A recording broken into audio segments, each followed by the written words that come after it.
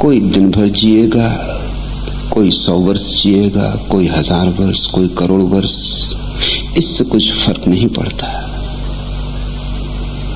लेकिन प्रत्येक वस्तु प्रतिक्षण गल रही, मर रही, विलीन हो रही। फूल उसका प्रतीक है और जीवंत प्रतीक है। सुबह खिलता है, सांझ मुरझा जाता है। सुबह ऐसे प्रकट होता है जैसे सदा रहेगा, और सांझ ऐसे खो जाता है जैसे कभी नहीं था। ऐसा ही तो जीवन है। जब होता है तो ऐसा भरोसा लगता है कि सदा रहेंगे। प्रत्येक को यही भ्रांति है। जब तुम दूसरे को मरते देखते हो तब भी ये ख्याल कहां आता कि मैं भी मरूंगा। जब तुम दूसरे की लाश को चिता पर चढ़े देखते हो तो सोचते हो बेचारा। उस पे दया खाते हो, अपने पे दया नहीं खाते। जब भी चिता जलती है तुम्हारी ही चिता जलती, और जब भी मौत रास्ते से गुजरती तुम्हारी ही मौत गुजरती। कभी पूछने मत भेजना कि किसकी लाश निकली, हर बार तुम्हारी ही लाश निकलती। लेकिन आदमी इस भ्रांति में रहता है कि मैं तो रहूंगा। सदा दूसरे मरते हैं, मैं कहां मरता हूं। और इस तर्क में थोड़ा बल भी मालूम होता है, क्योंकि कभी आ मरा, कभी बा मरा, कभी सा मरा।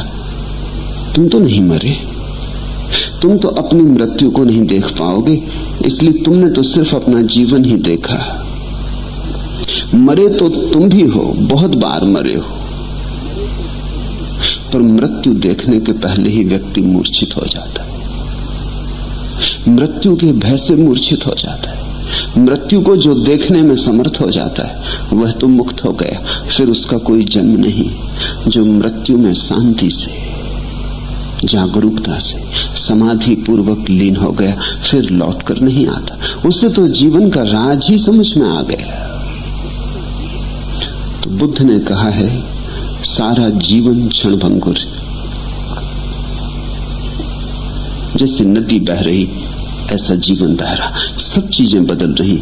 बच्चे जवान हो रहे, जवान बूढ़े हो रहे, बूढ़े मर रहे, सब चीज सतत धारा की तरह बह रही। फूल उसका बड़ा उपयुक्त प्रतीक है। लेकिन इस सारी क्षणभंगुरता के पीछे, इस सारी क्षणभंगुरता के पार कुछ है जो शाश्वत है। उसी को बुद्ध ने कहा, एस धम्मो सनातनो। धर्म शाश्वत है, से सब मरता है, से सब विनष्ट होता है। बुद्ध जिसे धर्म कहते हैं उसे ही लाओ त्सु ने ताओ कहा। बुद्ध जिसे धर्म कहते हैं उसी को महावीर ने आत्मा कहा। बुद्ध जिसे धर्म कहते हैं उसको हिंदू, मुसलमान, ईसाई परमात्मा कहते हैं। ये अलग अलग नाम हैं। क्षणभंगुर तभी हो सकता है जब सबकी पृष्ठभूमि में कुछ शाश्वत हो। बैलगाड़ी चलती है, चाक घूमता है, लेकिन कील नहीं घूमती जिस पे चाक घूमता है। अगर कील भी घूम जाए तो फिर चाक वहीं गिर जाए, फिर चाक नहीं घूम पाए। चाक के घूमने के लिए एक कील चाहिए जो न घूमती हो। परिवर्तन के लिए कुछ नित्य चाहिए जिस पर परिवर्तन टंगा रहे, नहीं तो परिवर्तन किस पर टंगेगा। बचपन था, जवानी आई, बुढ़ापा आया, जीवन था, मौत आई।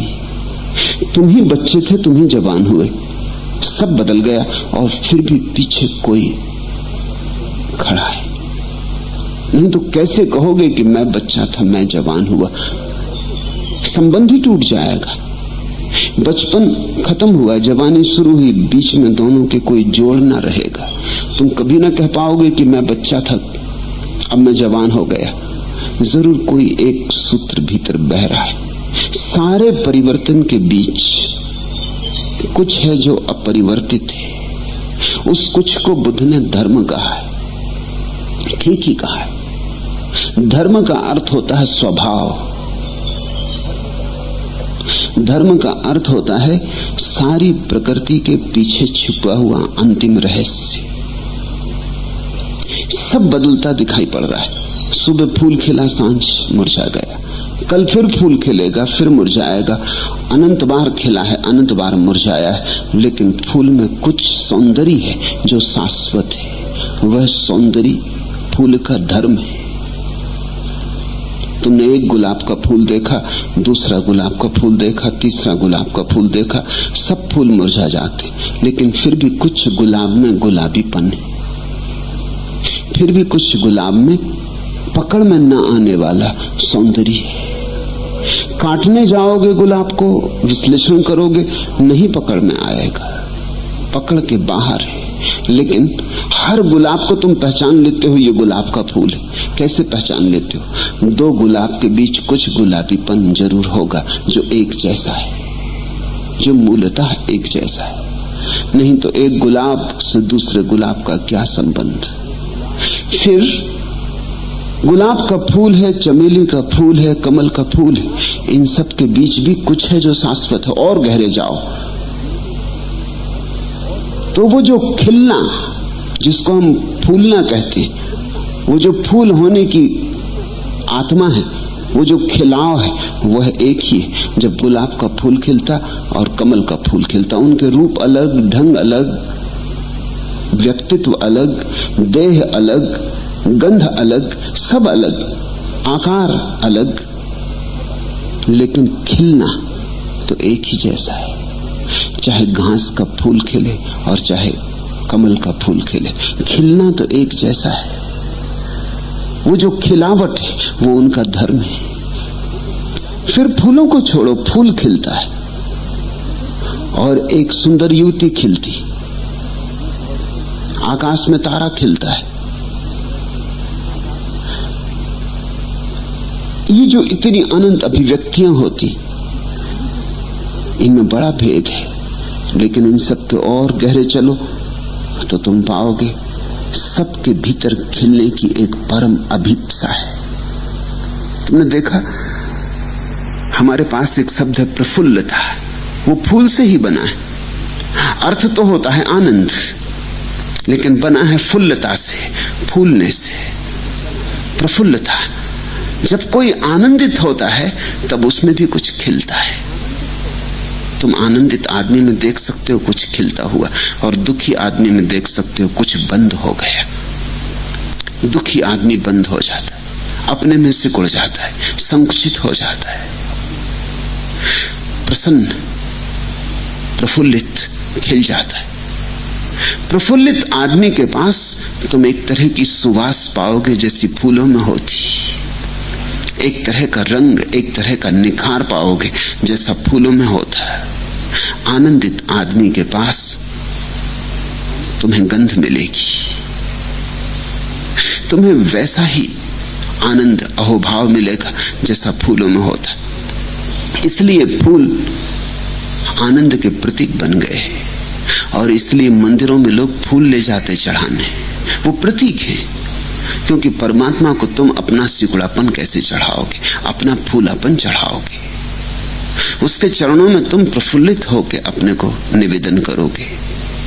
ये फूल तो प्रतीक है जो तुम चढ़ाते, इन्हीं को चढ़ा के तृप्त मत हो जाना। ये तो संकेत है, ये तो इस बात की खबर है कि तुम परमात्मा के चरणों में चढ़ने योग्य तभी होोगे जब तुम फूल की तरह खिले होोगे, जब तुम फूल बन गए होोगे, तभी तुम उसके चरणों में चढ़ने की पात्रता पाओगे। तुम फूल बनो तो ही उसके चरण पा सकोगे। फूल बनने का अर्थ है तुम तृप्त हुए, तुम जो होना चाहते थे हो गए। गुलाब की झाड़ी पे गुलाब नहीं होता तो तुमने ख्याल किया कुछ खाली खाली लगती, कुछ खोया खोया लगता है। जब गुलाब की झाड़ी पे फूल खिलता है तो झाड़ी दुल्हन की तरह सजी होती, मगन होती। फूल के बाद फिर कुछ और नहीं, अंतिम चरण आ गया। जहां तक आना था वहां तक आना हो गया, मंजिल आ गई, अपना घर आ गया। ऐसा ही तो बुद्ध पुरुषों में होता है, खिल गए, अब कहीं और जाने को ना रहा। जो था वो सुगंध में बिखेर दिया। पवन उसे ले चला दूर दूर अनंत की दिशाओं में। बुद्ध को मरे 2500 साल हो गए, लेकिन जिनको भी थोड़ी सी समझ है उन्हें आज भी उनकी सुगंध मिल जाती। जिन्हें समझ नहीं थी उन्हें तो उनके साथ मौजूद होके भी नहीं मिली। जिनमें थोड़ी संवेदनशीलता है 2500 साल ऐसे खो जाते कि पता नहीं चलता। फिर बुद्ध जीवंत हो जाते, फिर तुम्हारे नासापुच्छ उनकी गंध से भर जाते, फिर तुम उनके साथ आनंद मग्न हो सकते हो। समय का अंतराल नहीं होता, न बाधा बनती, सिर्फ संवेदनशीलता चाहिए। हालांकि ऐसे लोग भी थे जो बुद्ध को देखने गए और जिन्होंने कहा भाई हमें तो कुछ दिखाई नहीं पड़ता। अंधे रहे होंगे, बहरे रहे होंगे, जड़ रहे होंगे, दुख से बंद रहे होंगे, रंध्र भी नहीं होगी उनमें जहां से बुद्ध की ज्योति प्रवेश कर जाए। सब द्वार दरवाजे बंद करके अपने कारागृह में रहे होंगे। बुद्ध बाहर बाहर रह गए, गंध आई द्वार से लौट गई, प्रकाश आया द्वार से लौट गया, और तुमने कहा हमें तो भाई कुछ दिखाई नहीं पड़ता। देखने के लिए आंखें चाहिए, देखने के लिए खुलापन चाहिए। तुम वही देख सकते हो जो तुम थोड़े थोड़े अर्थों में होने लगे। तुम खिलो तो तुम खिले हुए को देख सकोगे, तुम बंद हो तो तुम बंद को ही देख पाओगे। समान समान को समझ पाता है। तुम वही जान पाते हो जो तुम हो, इसलिए चोर चोर को पहचान लेता। 1000 आदमियों की भीड़ में एक चोर दूसरे चोर को पहचान लेता, जेब कतरा जेब कतरे को पहचान लेता, बेईमान बेईमान को पहचान लेता, साधु ही साधु को पहचान पाएगा। तुम वही पहचान सकते हो जिसकी तुम्हारे भीतर थोड़ी अनुभूति होनी शुरू हो गई। दिया सूरज को पहचान सकता है, हालांकि दिया बड़ा छोटा है, मगर रोशनी तो वही, प्रकाश तो वही, प्रकाश का गुणधर्म तो वही। बूंद सागर को पहचान सकती, सागर होना जरूरी नहीं, लेकिन कम से कम बूंद तो हो जाओ, क्योंकि बूंद में भी सागर का सारा तत्व आ गया। एक बूंद को समझ लो तो सब सागरों की कथा समझ ली। वैज्ञानिक अगर एक बूंद का विश्लेषण कर लेते हैं तो वो कहते हैं हमें पानी के सारे राज पता हो गए। फिर जल कहीं भी होगा, यहां ही नहीं, चांद तारों पे कहीं होगा तो भी हमने उसका राज समझ लिया। जल कहीं भी होगा तो H2O ही होगा, वो उदजन और ऑक्सीजन से ही मिलकर बनेगा। कहीं भी जल होगा ऐसा ही होगा। एक बूंद जल को समझ लिया तो सारे अस्तित्व में जहां जहां जल है सब समझ में आ गया। बुद्धत्व को समझना हो तो एक आध पखरी तो तुम्हारी कम से कम खुले, न सही पूरी कली फूल बने, एक आध पखरी खुले, एक आध खिड़की खुले, एक आध वातायन से गंधा है। तो फूल प्रतीक है परिपूर्णता का, क्षण भंगुरता का भी प्रतीक है, परिपूर्णता का भी प्रतीक है, जीवंतता का भी प्रतीक है। फूल से ज्यादा जीवंत तुमने कोई चीज देखी? हालांकि सुबह खिलता सांझ मुरझा जाता, और उसी के पास पड़ा हुआ पत्थर सदियों से पड़ा है, फिर भी पत्थर पत्थर है, फूल फूल है। पत्थर जीवंत नहीं मालूम होता, जड़ है, शायद इसलिए ज्यादा देर जीता है। फूल इतना जीवंत है कि ज्यादा देर जी कैसे सकता है। जितनी जीवंतता होगी, जितनी जीवंतता की गहराई होगी, उतनी ही जल्दी स्वप्न की तरह जीवन उड़ जाएगा। फूल और बातों का भी प्रतीक है। जैसे योग में मनुष्य का जो अंतिम चक्र है उसको सहस्त्रार कहा है सहस्त्रदल कमल। जैसे मनुष्य की चेतना जब परिपूर्ण रूप से प्रकट होती तो हजार हजार पखरियों वाला कमल खिलता है। इसलिए बुद्ध को, महावीर को और अवतारी पुरुषों को हमने कमल पर खड़ा किया है। वो सिर्फ सूचक है, कोई ये कमल पे खड़े नहीं रहे, ये कोई नाटक मंडली में नहीं थे कि कमल पे खड़े रहे। और कमल पे खड़े खड़े करोगे भी क्या? लेकिन कमल प्रतीक है, ये पूरे खिल गए, ये पूरे खिलाव पर सवार हो गए, ये मतलब है। इनके भीतर कुछ भी अन्न खिला ना रहा। तो बुद्ध का उस दिन हाथ में कमल के फूल को लेकर महाकाश्यप को दे देना, इन सब बातों की सूचना थी। फिर फूल बिना कुछ कहे बहुत कुछ कहता है, मौन है उसका वक्तव्य। हालांकि खूब बोलता है फूल, वाणी से नहीं बोलता, तुम ठिठके खड़े रह जाते हो। कभी कभी फूल तुम्हें ऐसा आकर्षित कर लेता, कभी कभी फूल में तुम्हें इस जगत का सर्वाधिक सौंदर्य झलकता हुआ दिखाई पड़ जाता है। फूल की कोमलता, फूल का चुप मौन संगीत, बोलता नहीं फिर भी अभिव्यक्ति, ऐसा ही तो बुद्ध पुरुष का वक्तव्य है। ऐसा ही तो उस दिन बुद्ध चुप रहे, फूल को देखते रहे। महाकाश्यप समझा कि इस घड़ी में बुद्ध फूल ही हैं और कुछ भी नहीं। आज बोलेंगे नहीं, आज जैसे फूल चुपचाप निवेदन करता है वैसा ही निवेदन कर रहे हैं। आज तो वही समझ पाएंगे बुद्ध को जो शून्य की भाषा समझ सकते हैं। महाकाश्यप समझ पाया, वह अकेला था जो शून्य की भाषा समझ सकता था। फिर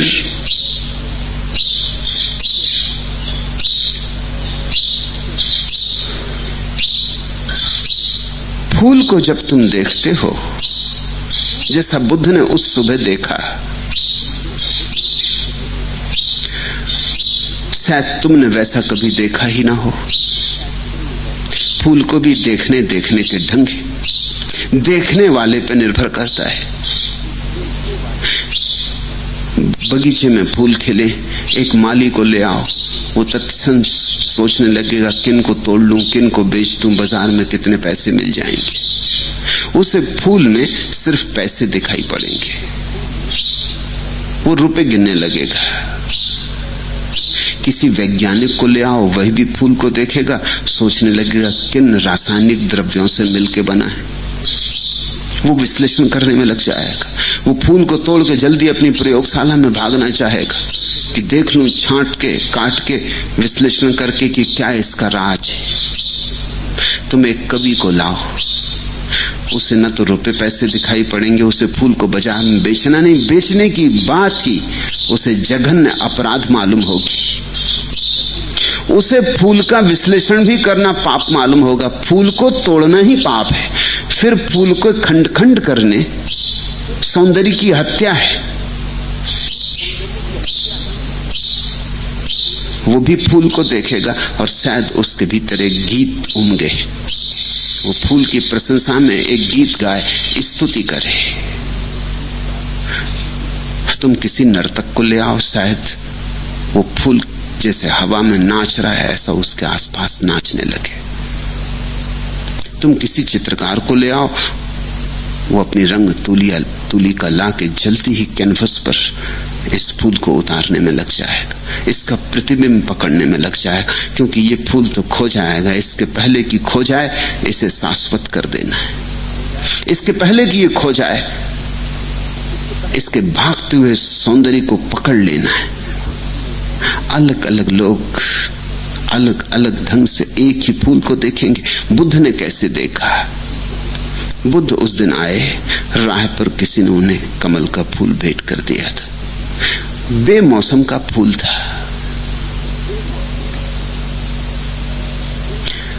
इस कथा के पीछे एक और कथा है, उस कथा को भी समझो। एक गरीब आदमी सुबह उठा, उसने अपने मकान के पीछे पोखरे में कमल का बेमौसम फूल खिला देखा। ऐसा कभी नहीं देखा था उसने, ये समय ना था फूल खिलने का। इस समय फूल कभी खिलता ही नहीं था कमल का।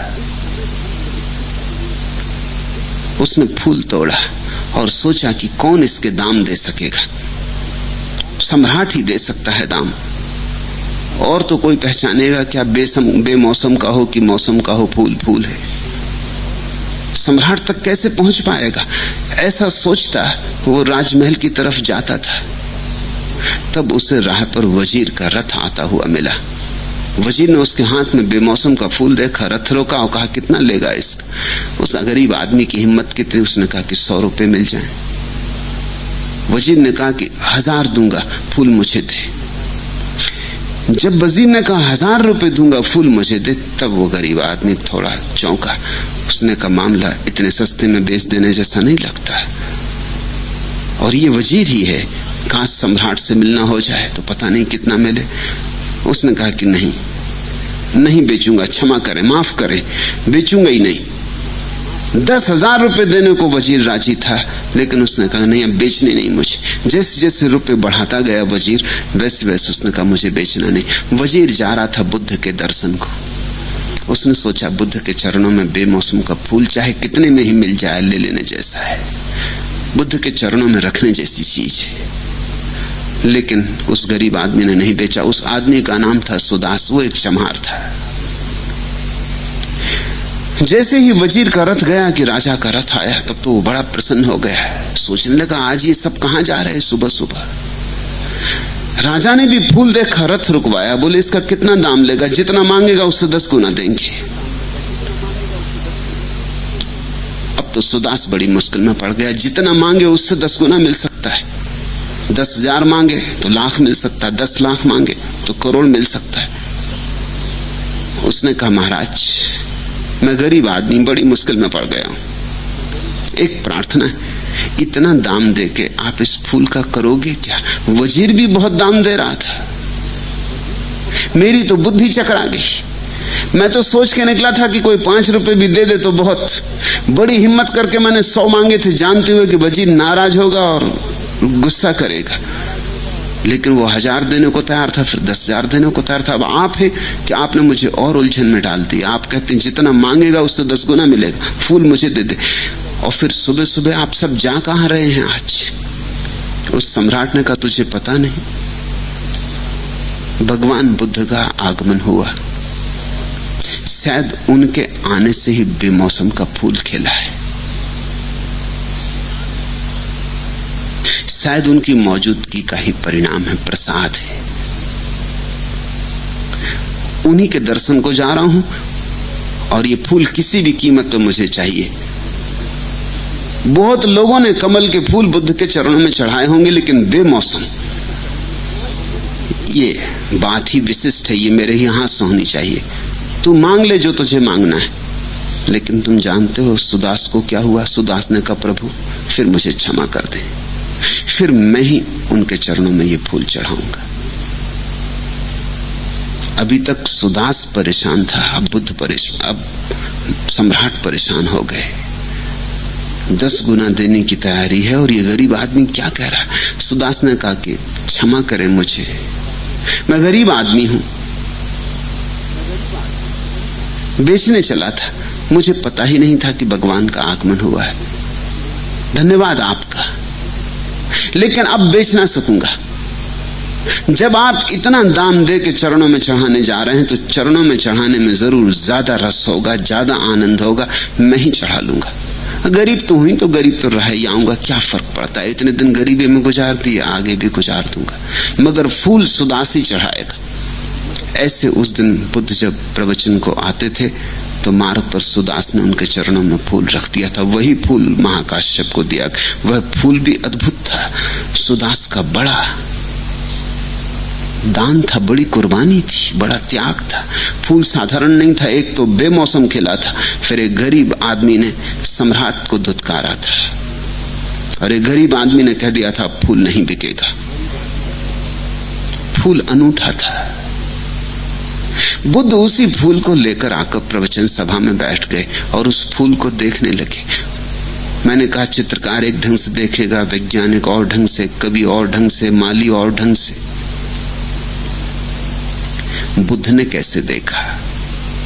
बुद्ध का ढंग सबसे भिन्न होगा, सबसे अनूठा और सबसे पार। जब बुद्ध उस फूल को देखते रहे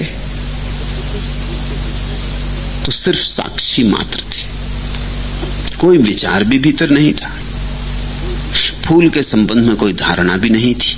फूल सुंदर है, असुंदर है, ऐसा है, वैसा है, ऐसी कोई तरंग नहीं उठ रही थी। बुद्ध निस्तरंग उस फूल को लिए बैठे थे। फूल था, बुद्ध थे, दोनों मौजूद थे, दोनों पूरी तरह मौजूद थे। दोनों की मौजूदगी का मिलन हो रहा था, लेकिन कहीं कोई शब्द, कहीं कोई विचार, कहीं कोई प्रत्यय, कहीं कोई तरंग नहीं थी। उस साक्षी भाव में ही बुद्ध का संदेश था। वही महाकाश्यप ने पकड़ा। महाकाश्यप को पूरा सूत्र मिल गया। ज़ेन संप्रदाय की बुनियाद पड़ी। क्या था सूत्र? साक्षी हो जाओ, ऐसे चुप हो जाओ कि तुम्हारे भीतर कोई विचार ना उठे। जब तुम कुछ देखो तो निर्विचार देखो, चैतन्य तो हो लेकिन विचार ना हो। दर्पण बन जाओ। अगर दर्पण बन जाओ तो जो है वही झलके, जो है वही झलके तो सत्य मिल गया। जब तक तुम विचार करोगे तब तक झलक विकृत होती रहती, कुछ का कुछ दिखाई पड़ता है। तुम्हारे विचार रंग जाते, तुम सोच के ही पहले से बैठे हो ऐसा है वैसा है, तो जो है वही नहीं दिखाई पड़ता। तुम्हारी आंख पहले ही धुएं से भरी, तुम्हारे दर्पण पर पहले से ही धूल जमी। उस सुबह संदेश क्या था बुद्ध का? दर्पण हो जाओ। वो फूल तो प्रतीक ही था। उस फूल से भी बड़ी बात जो बुद्ध कह रहे थे वो थे साक्षी भाव। वो कह रहे थे ऐसे देखो, जगत को ऐसे देखो जैसे मैं इस फूल को देख रहा हूं। सिर्फ शुद्ध दृष्टि हो। इसी शुद्ध दृष्टि को बुद्ध ने सम्यक दृष्टि कहा है। ठीक दृष्टि। ठीक दृष्टि यानी भीतर कोई दृष्टि ना हो, सिर्फ दर्शन हो। ठीक दृष्टि यानी तुम्हारा कोई भाव ना हो, कोई मंतव्य ना हो, सिद्धांत ना हो, शास्त्र ना हो, सूना आकाश हो भीतर। उस सूने आकाश से जगत को देखो, तब तुम वही देख लोगे जो है। तुम वही देख लोगे जो छिपा है, अदृश्य है। नहीं तो तुम कुछ का कुछ देखते रहोगे।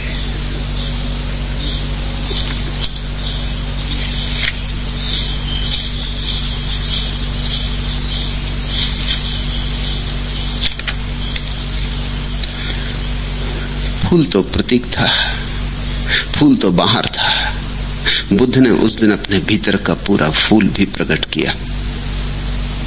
बाहर फूल था, भीतर फूल था। बाहर कमल था, भीतर कमल था। दो कमलों का मिलन हो रहा था। इन दो कमलों के मिलन को देख के महाकाश्यप हंसा, प्रफुल्लित हुआ। यह अपूर्व घटना थी। इसलिए बुद्ध ने यह कमल महाकाश्यप को भेंट कर दिया और कहा अपने सन्यासियों को कि जो मैं शब्द से कह सकता था तुम्हें दे दिया, और जो शब्द से नहीं कह सकता था और नहीं कहा जा सकता था वह मैं महाकाश्यप को दे रहा हूं। निशब्द दे रहा हूं महाकाश्यप को। फिर ऐसे ही ज़ेन की परंपरा में एक गुरु दूसरे गुरु को निशब्द में देता रहा है। एक कथा और, महाकाश्यप की परंपरा में हुआ बोधि धर्म। फिर बोधि धर्म चीन गया और भारत से ज़ेन की परंपरा चीन पहुंची। बोधि धर्म भारतीय गुरुओं में 28वां गुरु था।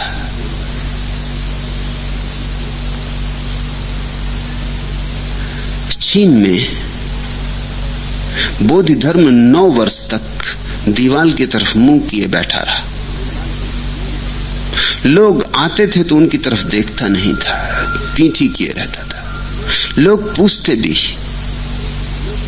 कि बहुत भिक्षु हमने देखे, बहुत संत देखे, मगर आप हमारी तरफ पीठ क्यों किए? तो बोधि धर्म कहता, जो मेरी आंखों में पड़ने के योग्य होगा, जब उसका आगमन होगा तब देखूंगा, अभी देखने से कुछ सार नहीं।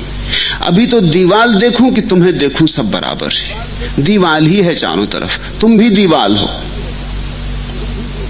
9 वर्ष बाद वह व्यक्ति आया जिसकी प्रतीक्षा बोधि धर्म ने की थी। बोधि धर्म को भी महाकाश्यप मिला जैसे बुद्ध को महाकाश्यप मिला था। उस व्यक्ति ने आके अपना एक हाथ तलवार से काट के बोधि धर्म को भेंट किया और कहा, जल्दी से इस तरफ मुंह करो, अन्यथा गर्दन भी भेंट कर दूंगा। फिर क्षण भर बोधि धर्म नहीं रुका, जल्दी से घूमा।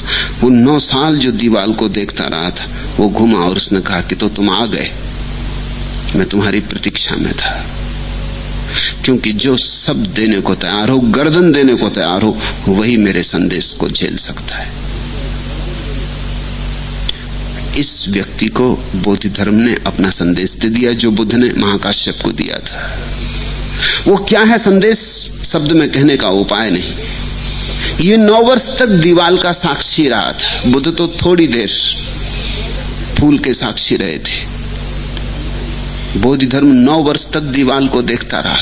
ये 9 वर्ष का साक्षी भाव था जो उसने इस व्यक्ति को दे दिया। फिर यह व्यक्ति गुरु हुआ, बोधि धर्म वापस लौट गया चीन से भारत की तरफ। भारत कभी पहुंचा नहीं, कहीं हिमालय में खो गया होगा और खो जाने को बेहतर जगह है भी नहीं। फिर यह व्यक्ति जिसको बोधि धर्म दे आया था बूढ़ा हुआ और इसे भी अपने शिष्य की तलाश थी। इसके आश्रम में 500 भिक्षु थे। इसने एक दिन खबर की कि अब मुझे शिष्य की तलाश है। जो भी सोचता हो कि योग्य हो गया है वो मेरे द्वार पर आके लिख जाए। धर्म का सार 4 पंक्तियों में। जो सबसे बड़ा पंडित था, महापंडित था, स्वभाव था, उसी ने हिम्मत की। उसने भी बड़े डरते डरते हिम्मत की, क्योंकि वो जानते थे अपने गुरु को तो उसे धोखा नहीं दिया जा सकता। औरों ने तो हिम्मत ही नहीं की, विचार ही नहीं किया, लेकिन एक ने हिम्मत की जो सबसे बड़ा पंडित था, जिससे शास्त्र कंठस्थ थे।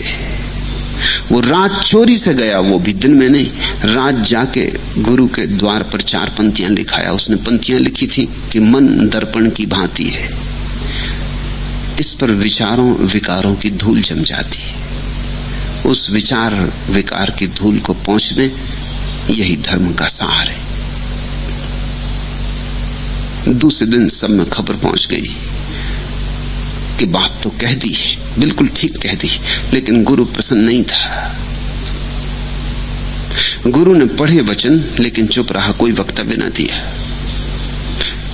लोग सोचने लगे ये ज्यादती है, इससे सुंदर और वचन क्या लिखा जाएगा, इसमें तो सारा सार आ गया।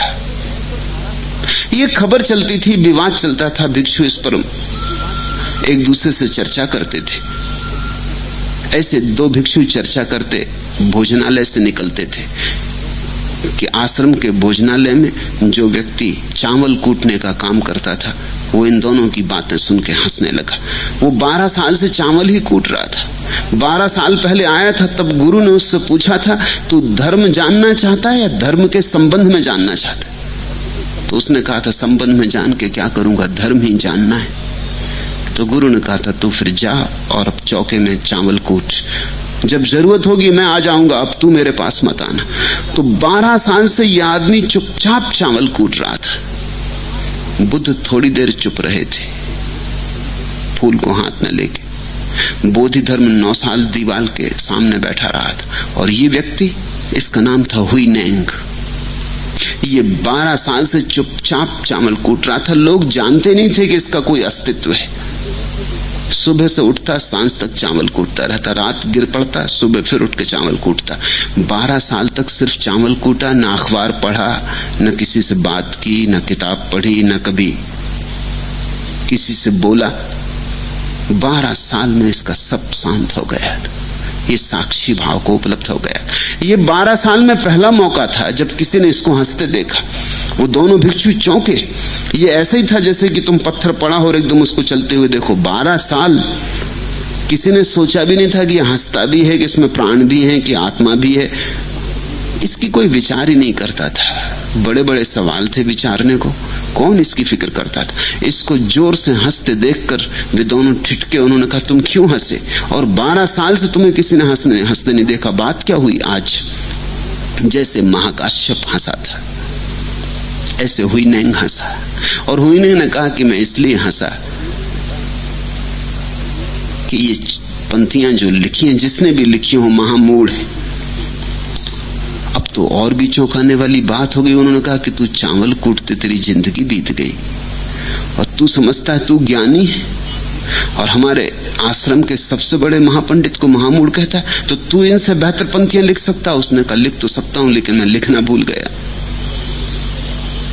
अगर तुम लिख दो तो मैं बोल दूंगा, चलो अभी।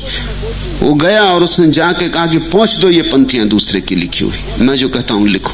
पहली पंक्तियां थी कि मन दर्पण की भांति है, इस पे विचार विकार की धूल जम जाती, उसे पहुंच दो, यही धर्म का राज है।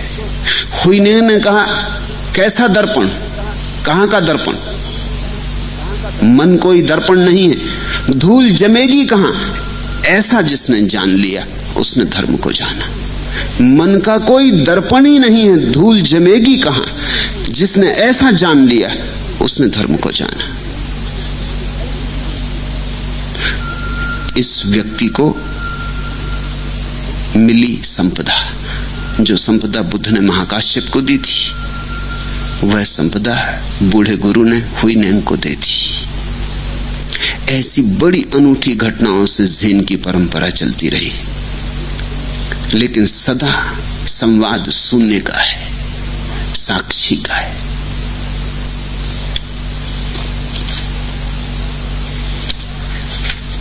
दूसरा प्रश्न, बौद्ध साहित्य में एक अपूर्व प्रसंग है। एक समय विमल कीर्ति ने अपने 500 शिष्यों को बुद्ध के पास उपदेश लेने भेजा और स्वयं अस्वस्थ होकर वैशाली में रहे।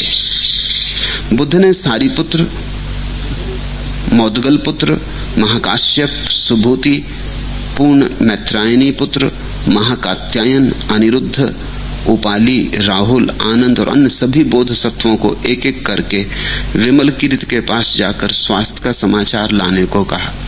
पर आश्चर्य, सभी ने कहा कि वे इस योग्य नहीं कि उनके स्वास्थ्य के संबंध में पूछने जाएं, और इस असमर्थता के लिए स्पष्ट कारण कहे।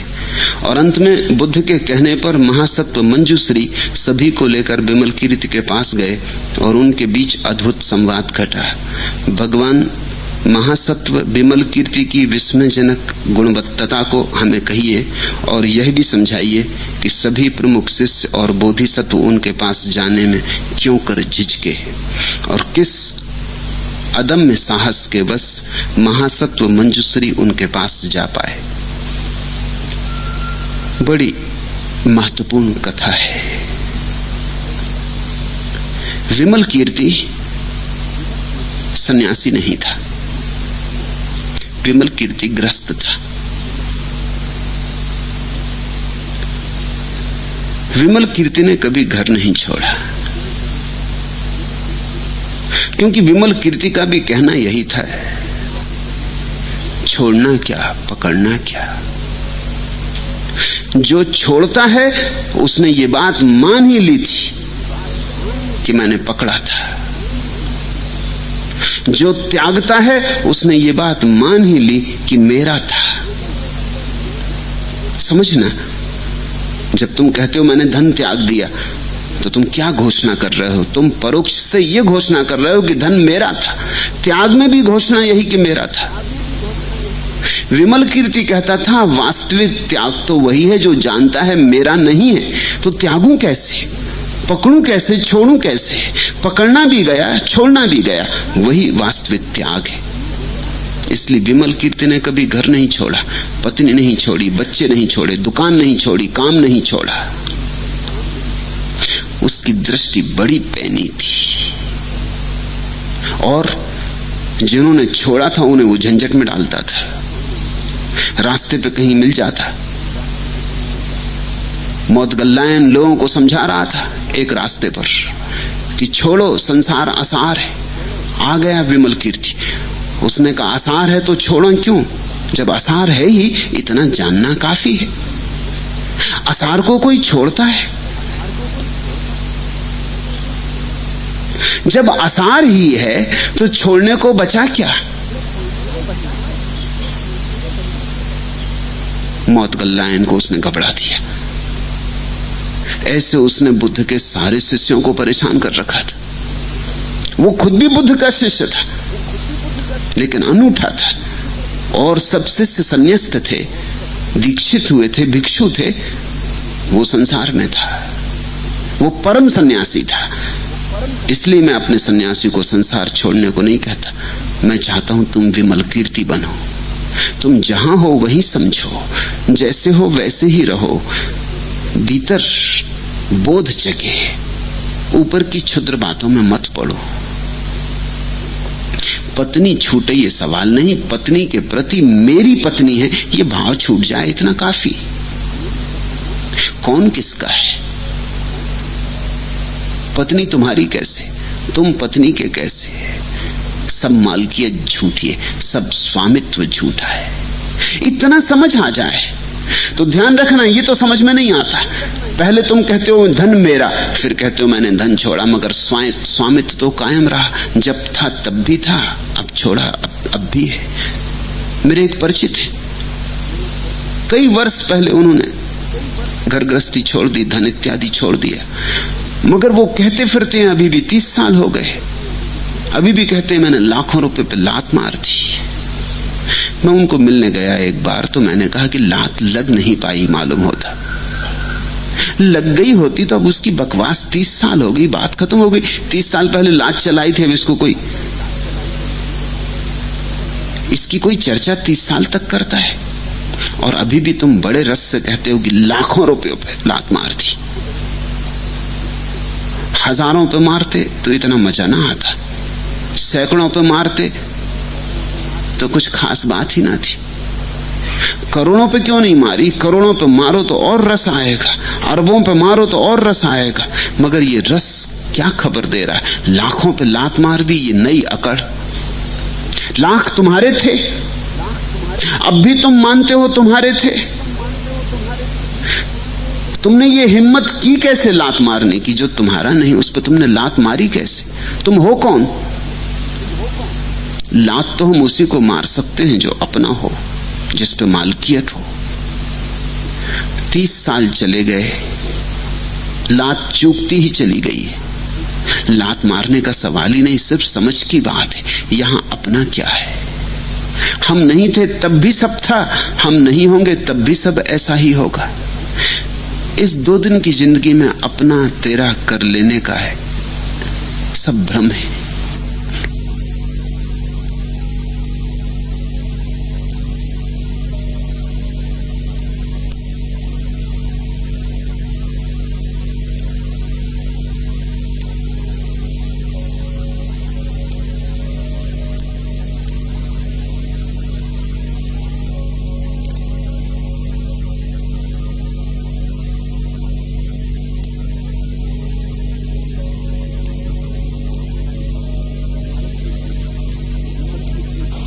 विमल कीर्ति बुद्ध के भिक्षुओं को बड़ी दिक्कत में डाल देता था। खुद बुद्ध का परम शिष्य था, लेकिन अनूठा था, अकेला था, जिसने घर द्वार नहीं छोड़ा। और उससे सभी डरते थे, क्योंकि वो ऐसे प्रश्न उठाता था जिनके उत्तर नहीं हो सकते थे। जैसे कोई समझा रहा है,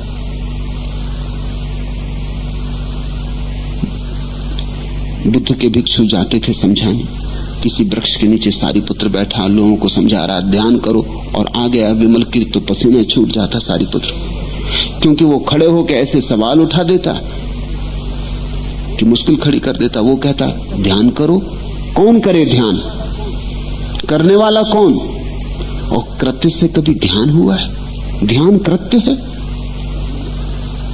करने में तो अहंकार है, और हर कृत्य अहंकार को मजबूत करता है। इसलिए विमल कीर्ति कहता ध्यान किया नहीं जाता, ध्यान होता है। करने का शब्द वापस ले लो, कहो मत किसी से कि ध्यान करो। ध्यान कोई क्रिया है, ध्यान अक्रिया है। Non action. ध्यान में करते क्या हो? सब करना छूट जाता है, करोगे कैसे? ध्यान में तो बस होते हो। ये माला फेरनी या घंटी बजानी या जप करना ये ध्यान नहीं है, क्योंकि इसमें तो करना जारी है, इसमें तो उपद्रव जारी है, इसमें तो मन का व्यापार जारी है। जब मन का सब व्यापार रुक जाता है तो माला कैसे फिरेगी? माला का फिरना भी मन का ही व्यापार है। राम राम राम राम कौन जपेगा? जब मन का व्यापार ही रुक गया तो राम जी भी गए। फिर राम राम जपना नहीं हो सकता। ये जपने में कुछ फर्क नहीं है। पहले काम काम काम काम जपते थे, फिर राम राम राम राम जपने लगे। इससे क्या फर्क पड़ता है? कोई आदमी बैठा रुपया रुपया जपता रहता, कोई आदमी कुछ और जपता रहता, मगर ये सब जपने में मन का व्यवसाय है, मन की क्रिया है। और मन की क्रिया जारी रहेगी तो मन जिंदा रहेगा। तो विमल कीर्ति कहता कि वापस ले लो शब्द अपने, सारिपुत्र क्षमा मांग लो इन लोगों से। ऐसा उसने सारे बुद्ध के शिष्यों को परेशान कर रखा था, और वो कहीं भी आ जाता बेमौके मौके, और वो ऐसे बेबूझ प्रश्न खड़े कर देता था जिनके उत्तर किसी के भी पास नहीं थे। इसीलिए जब उसके 500 शिष्य बुद्ध के दर्शन करने आए और उनसे खबर बुद्ध को मिली कि विमल कीर्ति बीमार है, स्वभाव था उन्होंने अपने प्रमुख शिष्यों को कहा कि तुम जाओ विमल कीर्ति के स्वास्थ्य का समाचार पूछाओ। मगर कोई जाने को राजी नहीं हुआ। उन्होंने कहा कि क्षमा करिए, क्योंकि हम तो स्वास्थ्य का समाचार पूछने जाएंगे, वो कोई झंझट खड़ी करेंगे, वो वहीं 4 आदमियों के सामने बेइज्जती करवा देंगे। और वही हुआ। जब मंजूश्री गया और उसने पूछा आप बीमार? तो विमल कीर्ति ने कहा सारा संसार बीमार। ये कोई पूछने की बात? यहां सभी दुख में पीड़ित हैं। जन्म बीमारी, जीवन बीमारी, जरा बीमारी, मृत्यु बीमारी, सब बीमारी। तुम क्या पूछने आए हो? बेचारा मंजूश्री पूछा कि मेरा मतलब कि आपका स्वास्थ्य इत्यादि ठीक नहीं। तो विमल कीर्ति ने कहा कि मैं तो सदा ठीक हूं, और जो ठीक नहीं है वो मैं नहीं हूं। अब ऐसे आदमी से स्वास्थ्य का समाचार पूछने जाना भी मुश्किल, क्योंकि वो वहीं फजीयत हो गई। कोई राजी नहीं था। उन्होंने कहा क्षमा करें, हमारी योग्यता नहीं, हमें उस आदमी के पास न भेजो, वो तो सिंह के मुंह में जाना है। वो कुछ न कुछ, वो बीमार है कि नहीं हमें पक्का नहीं, हो सकता है सिर्फ बहाना हो हमको उलझाने का। और सच बात यही थी कि विमल कीर्ति बीमार नहीं था, वो ऐसे लेट रहे थे। वो इन्हीं बोधिसत्वों की प्रतीक्षा कर रहे थे कि आ जाएं तो इनको दुरुस्त किया जाए कि किसकी खबर पूछने आए हो, कौन बीमार, कैसा बीमार, बीमारी क्या है। देह बीमारी है तो जो भी देह में है वही बीमार। देह उपाधि है और इसकी कोई औषधि कहां। तुम सोचते हो तुम बीमार नहीं हो, अगर तुम बीमार नहीं हो तो जगत में क्यों हो? जगत में तो आते ही वे हैं जो बीमार। जब कोई बीमार नहीं रह जाता तो जगत से मुक्त हो जाता, फिर उसका निवास मोक्ष में, फिर यहां नहीं। जो स्वस्थ हो गया, जो स्वयं में स्थित हो गया, फिर यहां कहां? फिर तो गया परलोक, फिर तो खो जाता यहां से। वो सब जानते थे, विमल कीर्ति के ढंगों से वो परिचित थे। ये जैसे एक परीक्षा थी बोधिसत्वों की, सबने इंकार कर दिया, सिर्फ मंजूश्री राजी हुआ। मंजूश्री क्यों राजी हुआ ये भी समझने जैसा। मंजूश्री भी अनूठा शिष्य है, वो अकेला है जिसमें अहंकार नहीं, इसलिए राजी हुआ। चलो विमल कीर्ति 2-4 थपेड़े मारेंगे तो क्या हर्ज है? चोट लगने वाला वहां भीतर कोई है नहीं जिसको चोट लग जाए। वहां अहंकार नहीं, वहां अहंकार की रेखा भी नहीं, तो चोट कैसे लगी? मंजूश्री अकेला है बुद्ध के शिष्यों में जो शून्य भाव में। जब उससे कहा तो वो तत्क्षण चलने को राजी हो गया, और उसने और सबको भी ले लिया साथ कि आओ भाई, जो होगा देखना। तुम डरते हो तुम खड़े रहना, मैं चला जाऊंगा सिंह के मुंह में और जो होगा देख लेना। मंजूश्री गया और उसने सवाल किए और हर सवाल के उत्तर में विमल कीर्ति ने चांटा मारा, लेकिन एक भी चांटा मंजूश्री को लगा नहीं। मंजूश्री खरा उतरा। विमल कीर्ति ने उसका धन्यवाद किया। ऐसी ही व्यक्ति की तलाश थी। चलो, बुद्ध के शिष्यों में एक पारस पत्थर बना। विमल कीर्ति ने इधर झंझोरा उधर झंझोरा, सोचा कि किसी तरह प्रतिक्रिया हो जाए, क्रोधित हो जाए, अशांत हो जाए। सोचने लगे एक क्षण को मन में कि कहां फंस गए, हम भी मना कर दिए होते जैसे सबने किया था। अभी सबके सामने फजीयत हो रही, लेकिन फजीयत का कोई सवाल ही नहीं। अहंकार की फजीयत होती, सुनने की क्या फजीयत। विमल कीर्ति वैसे ही रहा, जैसा आया था वैसा ही रहा। एक रस, जरा भी उद्विग्नता नहीं हुई, जरा भी अशांति नहीं हुई। दूसरों की अकड़ क्या थी? दूसरों की अड़चन ये थी कि वो सब थे भिक्षु सन्यासी और विमल कीर्ति था ग्रस्त।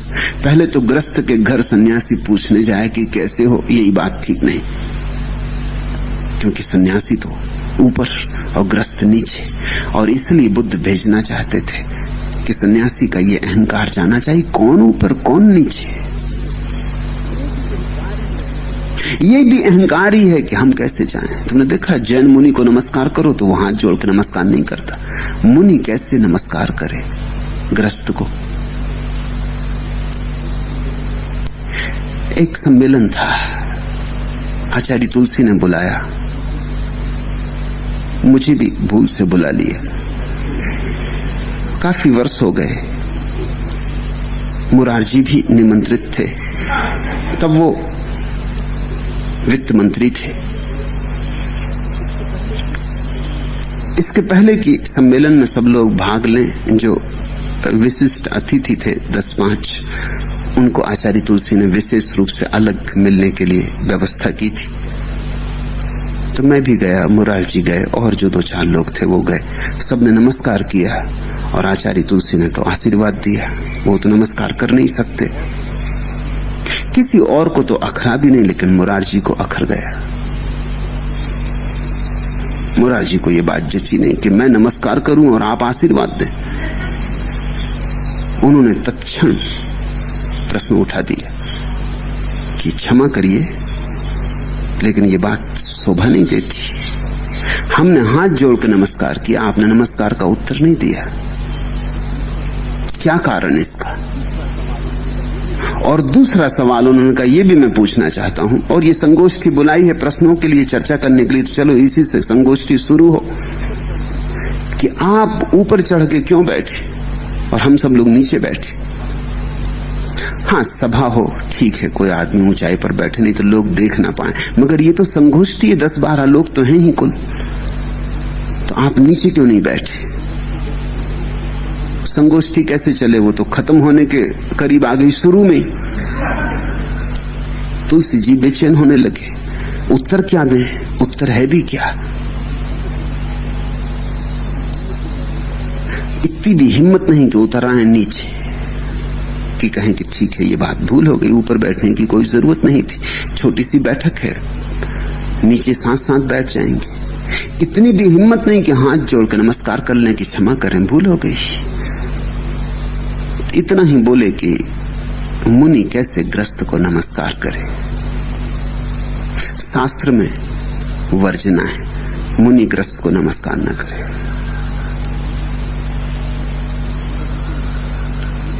मगर ये कोई उत्तर है? मुनि तो विनम्र होना चाहिए, ग्रस्त को नमस्कार भी ना कर सके तो ग्रस्त की महानिंदा हो गई। और कहा कि ऊपर मुनि को ऊपर बैठना चाहिए। तो मुरारजी भाई ने कहा कि आप तो अपने को क्रांतिकारी संत कहलवाते, थोड़ी क्रांति करिए, ये तो बातें कुछ जस्ती नहीं कि मुनि को ऊपर बैठना चाहिए। मैंने देखा ये तो मामला बिगड़ा ही जाता है, तो बातचीत अब कुछ हो नहीं सकती, तो विवाद हो गया। मैंने तुलसी जी को कहा कि अगर आप कहें तो मैं मुरारजी को जवाब दूं। उन्होंने सोचा चलो भार टला। उन्होंने कहा बड़ी खुशी से आप जवाब दें। तो मैंने मुरारजी को कहा कि वो ऊपर बैठे हैं एक ना समझी, आपको अखर रही है दूसरी ना समझी। छिपकली देखते वो और ऊपर बैठी, वो महामुनि। आप छिपकली से परेशान नहीं हो रहे, ये छिपकली छप्पर पे क्यों बैठी? बैठे रहने दो, आपको अखरा क्यों? जिस कारण वे बैठे हैं उसी कारण आपको अखर रहा है, कुछ भेद नहीं है। आपने हाथ जोड़ कर नमस्कार किया, बात खत्म हो गई। दूसरा उत्तर दे ही, ऐसी अपेक्षा क्यों? इतनी स्वतंत्रता तो दूसरे को देनी चाहिए कि उसको उत्तर देना हो दे, न देना हो न दे। आपने नमस्कार किया, इससे आपकी सज्जनता प्रकट हुई। उन्होंने नहीं जवाब दिया, इससे उनकी दुर्जनता प्रकट हुई। लेकिन अब आप खड़े होकर विवाद कर रहे हैं, अदालत में मुकदमा चलाइएगा कि हमने हाथ जोड़े। तो आपके हाथ जोड़ने में भी हेतु था कि आपके भी हाथ जुड़ने चाहिए, प्रति उत्तर की आकांक्षा थी। तो मैंने कहा मुझे कुछ बहुत भेद नहीं दिखाई पड़ता, उनमें अगर थोड़ी समझ होती तो उतर के नीचे आ गए होते। और अगर आपको ज्यादा खर रहा, आप भी ऊपर चढ़ जाएं, हम लोग नीचे बैठे रहेंगे, कोई अड़चन नहीं। आप दोनों ही ऊपर बैठ जाएं, झंझट खत्म हुई। अहंकार बड़ी कठिनाइयां खड़ी करता है, बड़ी अड़चनें खड़ी करता है। उस दिन से तुलसी जी भी नाराज है, मुरारजी भी नाराज।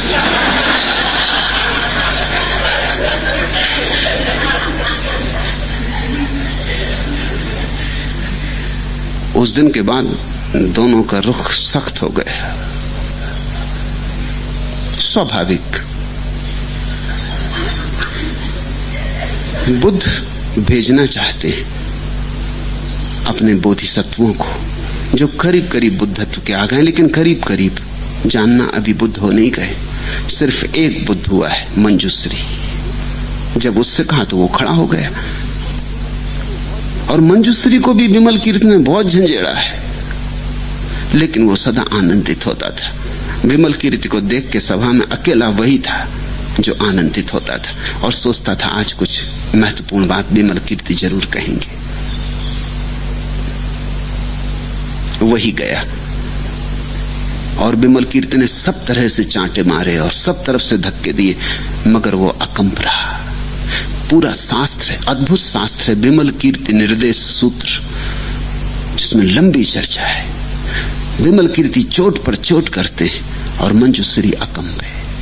वो प्रश्न पूछे चला जाता है, वो विनम्र भाव से वो जो कहते हैं उसे समझने की कोशिश करता है। अंततः विमल कीर्ति स्वीकार कर लेते हैं कि यही एक व्यक्ति है जो शून्य भाव में जी रहा है। ये परीक्षण था। विमल कीर्ति निर्देश सूत्र पढ़ना, खूब ध्यान से पढ़ना, क्योंकि विमल कीर्ति का एक एक वक्तव्य कोहिनूर हीरे जैसा है। उसने जो भी कहा है वो परम सत्य है। जैसे ध्यान किया नहीं जा सकता, जब सब करना छूट जाता है तब ध्यान। मोक्ष पाया नहीं जा सकता, जब सब पाना छूट जाता है तब जो शेष रहता वही मोक्ष। त्याग किया नहीं जा सकता, जो किया जाए वो भोग ही होगा। जब बोध परिपूर्ण हो जाता तब असार असार दिखाई पड़ जाता, सार सार। न कुछ छोड़ना पड़ता, न कुछ पकड़ना पड़ता, सब चुपचाप घट जाता है। विमल कीर्ति परम सन्यासी।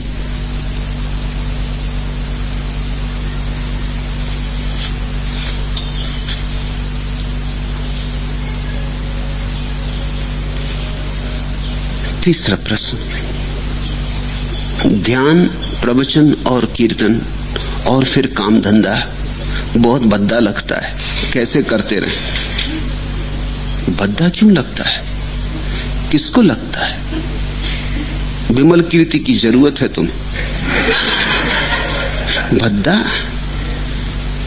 तो नया अहंकार तुम पोस रहे हो कि मैं कीर्तन करने वाला, मैं ध्यान करने वाला, मैं प्रवचन सुनने वाला, मैं सत्संग करने वाला। कैसे दुकानदारी करूं? ये तो नया मैं हो गया। ये तो छूटे नहीं और बंधे। इससे तो भला यही था कि न प्रवचन सुनते, न कीर्तन करते, न ध्यान करते, चुपचाप शांति से अपनी दुकान करते। कम से कम ये अहंकार तो ना होता। एक दिन मोहम्मद ने अपने परिवार के एक युवक को कहा कि तू पड़ा पड़ा सोया रहता है, सुबह कभी कभी मेरे साथ चला कर मस्जिद। सुबह की नमाज भी हो जाएगी, टहलना भी हो जाएगा, ताजी हवा, सूरज का निकलना, पक्षियों के गीत। तू पड़ा पड़ा क्या करता है? कई बार कहा तो एक दिन वो युवक उनके साथ हो लिया, गया मस्जिद। मोहम्मद ने नमाज पढ़ी, वो भी खड़ा खड़ा कुछ कुछ गुनगुन करता रहा होगा। जब लौटने लगे तो उसे बड़ी अकड़ आ गई। गर्मी के दिन थे और लोग अभी भी अपने अपने घरों के सामने बिस्तरों पे सोए थे। उसने मोहम्मद से कहा, हजरत जना इन पापियों की तरफ तो देखिए, अभी तक सो रहे हैं। ये कोई समय सोने का है? ये प्रभु प्रार्थना का समय। ये पापियों की क्या गति होगी हजरत? मर के ये कहां जाएंगे?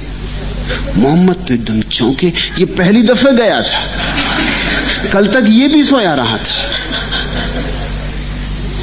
आज अचानक ये पुण्यात्मा हो गया। इसकी गुनगुन भी देखी होगी उसके, इसको कुछ आता माता तो होगा नहीं। चला गया था, साथ साथ खड़ा हो गया, देखता होगा कि मोहम्मद झुके तो झुक जाता होगा। मोहम्मद रुक गए। उन्होंने कहा, तू मुझे क्षमा कर, मुझसे बड़ी भूल हो गई जो मैं तुझे मस्जिद ले गया। तेरी तो नमाज हुई नहीं, मेरी नमाज खराब हो गई। तू घर जा भाई, और मैं फिर वापस मस्जिद जाके नमाज करूं। वो युवक कहने लगा, क्यों? तो मोहम्मद ने कहा कि तू ना आता वही अच्छा था। कम से कम दूसरों को पापी तो ना समझता था। कम से कम ये पुण्यात्मा होने का दंभ तो तुझ में नहीं था। ये तो बड़ी गलती मुझसे हो गई, मुझे क्षमा कर। अब ऐसी भूल दोबारा ना करूंगा। अब भूल के तुझसे ना कहूंगा कि मस्जिद चल, तू घर जा, बिस्तर पे सो जा, मुझे जाने दे मस्जिद, मैं फिर नमाज करके आ जाऊं और क्षमा मांग लूं परमात्मा से कि मुझसे बड़ी भूल हो गई। तुमसे मैं क्षमा मांगू या क्या करूं? बड़ी गलती हो गई जो तुम्हें ध्यान में लगाया, कि कीर्तन में रस लेने को कहा। इसलिए नहीं कहा था कि जीवन भद्दा हो जाए। ख्याल करना, जब तुम सोचोगे कि दुकान पर बैठना भद्दा है तो बाकी सब दुकानदार पापी हो गए। जब तुम सोचोगे कि दुकान पर बैठना भद्दा है तो उसका मतलब हुआ कि तुम्हारा अहंकार बड़ा धार्मिक रूप ले रहा है। बड़ी भयंकर बात हो रही है। अहंकार का सांसारिक रूप तो स्थूल होता है, धार्मिक रूप बहुत सूक्ष्म होता है। तुम्हारे पास धन है बहुत, ये अहंकार बहुत स्थूल है, ये तो बुद्धू को भी दिखाई पड़ जाता है। लेकिन तुमने त्याग कर दिया धन का, ये अहंकार बड़ा सूक्ष्म है, ये तो बुद्धिमानों को भी दिखाई नहीं पड़ता। तुमने इतने उपवास कर लिए, इतने व्रत कर लिए, एक अकड़ भीतर होने लगती, और अकड़ ही तो मारे डाल रही, अकड़ ही संसार है। अब तुम कहते हो ध्यान, प्रवचन और कीर्तन और फिर काम धंधा, बहुत भद्दा लगता है, कैसे करते रहे?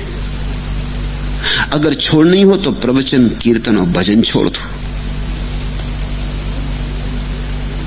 धंधा मत छोड़ना। मेरी सारी चेष्टा यहां यही है कि तुम्हें जीवन में परमात्मा का अनुभव हो, तुम्हें जीवन की सामान्य स्थितियों में परम के दर्शन हो, तुम्हें ग्राहक में दिखाई पड़े। मैं ये नहीं कह रहा हूं कि तुम जैसे तराजू मारते रहे पहले वैसे ही मारते रहना। मैं ये कह रहा हूं तुम्हें ग्राहक में परमात्मा दिखाई पड़े, तुम सेवा कर रहे हो उसकी। अगर तुम्हारा ध्यान और कीर्तन और भजन ठीक जा रहा है तो तुम्हारा तराजू मारना बंद हो जाएगा। तुम्हारा ध्यान प्रवचन कीर्तन ठीक जा रहा है तो ग्राहक को भी तुम ऐसे नहीं देखोगे कि मछली फंसी। तुम ग्राहक में भी परमात्मा देखोगे।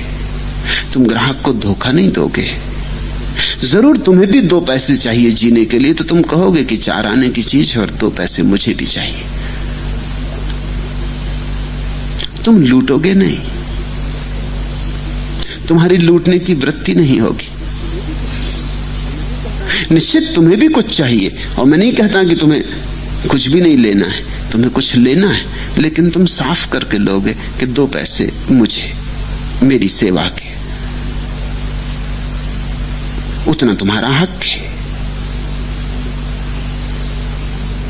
लेकिन काम धंधा छोड़ने को मैं नहीं कहूंगा। जीवन रूपांतरित होना चाहिए। भगोड़ेपन से क्या होगा? तुम दुकान छोड़ के भाग भी गए तो करोगे क्या? तुम जहां बैठोगे, जैसे रहोगे, उसमें से ही कुछ न कुछ निकल आएगा और तुम्हारी पुरानी दुनिया फिर शुरू हो जाएगी। तुमने सुना, एक सन्यासी मर रहा था, बूढ़ा हो गया था। उसका शिष्य, एक ही शिष्य था उनके पास गया और कहा, गुरुदेव अब जाते वक्त कुछ आखिरी संदेश। गुरु ने कहा, मरते वक्त एक ही बात ख्याल रखना,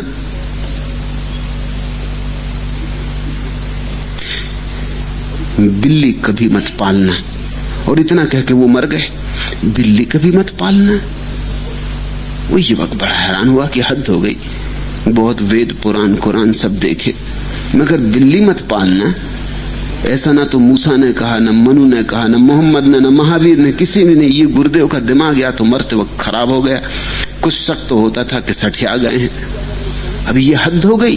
अब किसी को अगर मैं कहूंगी कि मेरे गुरुदेव ये कह गए मरते वक्त कि बिल्ली मत पालना, तो लोग मुझ पे भी हंसेंगे। सो उसने किसी से न कहा और जो होना था सो हुआ। उसने बिल्ली पाल ली। जो गुरु के जीवन में घटा था, जिसके कारण वो कह गए थे कि ऐसा मत करना, वो रुक नहीं सका। जो गुरु के जीवन में घटा वैसा ही शिष्य के जीवन में घटा। गुरु के जीवन में क्या घटा था? वो सब घर द्वार छोड़ के जंगल चले गए थे। एक लंगोटी बचाई थी। अब लंगोटी तो बचानी पड़ेगी, मगर लंगोटी में सारा संसार भी बच सकता है, क्योंकि संसार तुम्हारे भीतर है। इससे कुछ फर्क नहीं पड़ता कि लंगोटी है तुम्हारे पास या राजमहल है। लंगोटी में सारा संसार हो सकता है। अब वो लंगोटी लटका देते थे रात में, एक थी पहन लेते, एक धो के डाल देते, चूहे उसको काट जाते। तो किन्हीं समझदारों से जरा सावधान रहना। किन्हीं समझदारों ने कहा कि गुरुदेव आप ऐसा करिए कि बिल्ली पाल लीजिए, तो ये चूहों को खा जाएगी, आपकी झंझट मिट जाएगी। तो लंगोटी बार बार अच्छा भी नहीं मालूम पड़ता, फिर आपको गांव जाना पड़ता है कि भाई लंगोटी चूहों ने काट दी, अब फिर लंगोटी चाहिए। ये बात जची, ये बिल्कुल तर्कयुक्त थी। यही तो मजा है मन का, कि मन को तर्कयुक्त बातें जचती। जच गई बात। वो एक बिल्ली पाल ली। चूहे तो बिल्ली खाने लगी, लेकिन चूहे जल्दी ही खत्म हो गए। अब वो बिल्ली भूखी मरती बैठी वहां। अब इसके लिए क्या करना? फिर समझदारों से सलाह ली, और जाओ भी कहां, समझदारी है चारों तरफ, सलाह देने वाले हर जगह मौजूद है। उन्होंने कहा आप ऐसा करो कि बिल्ली ने सेवा तो आपकी काफी की, आपको इसको भोजन तो देनी चाहिए, एक गाय रख लो। सो उन्होंने एक गाय रख ली। बिल्ली को भी दूध पिला देते, खुद भी पी लेते।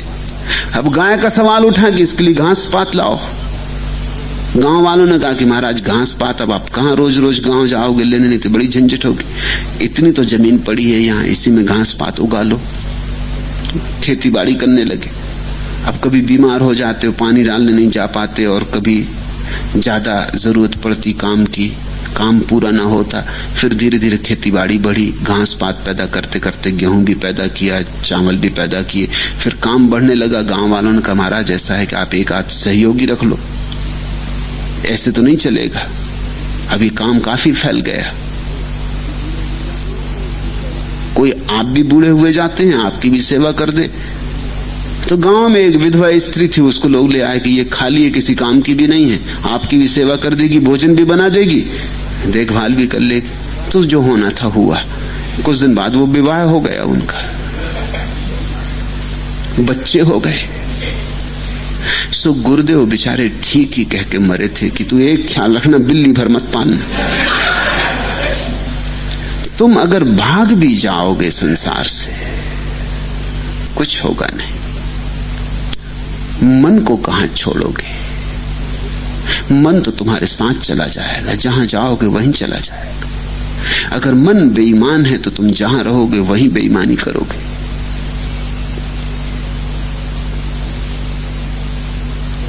मैंने सुना है एक आदमी स्वर्ग के द्वार पे दस्तक दिया। देवदूत ने द्वार खोला, पूछा आप यहां कैसे 3 बजे रात, ये कोई वक्त आने का? फिर मैं क्या करूं, डॉक्टर की कृपा। 3 बजे मार डाला।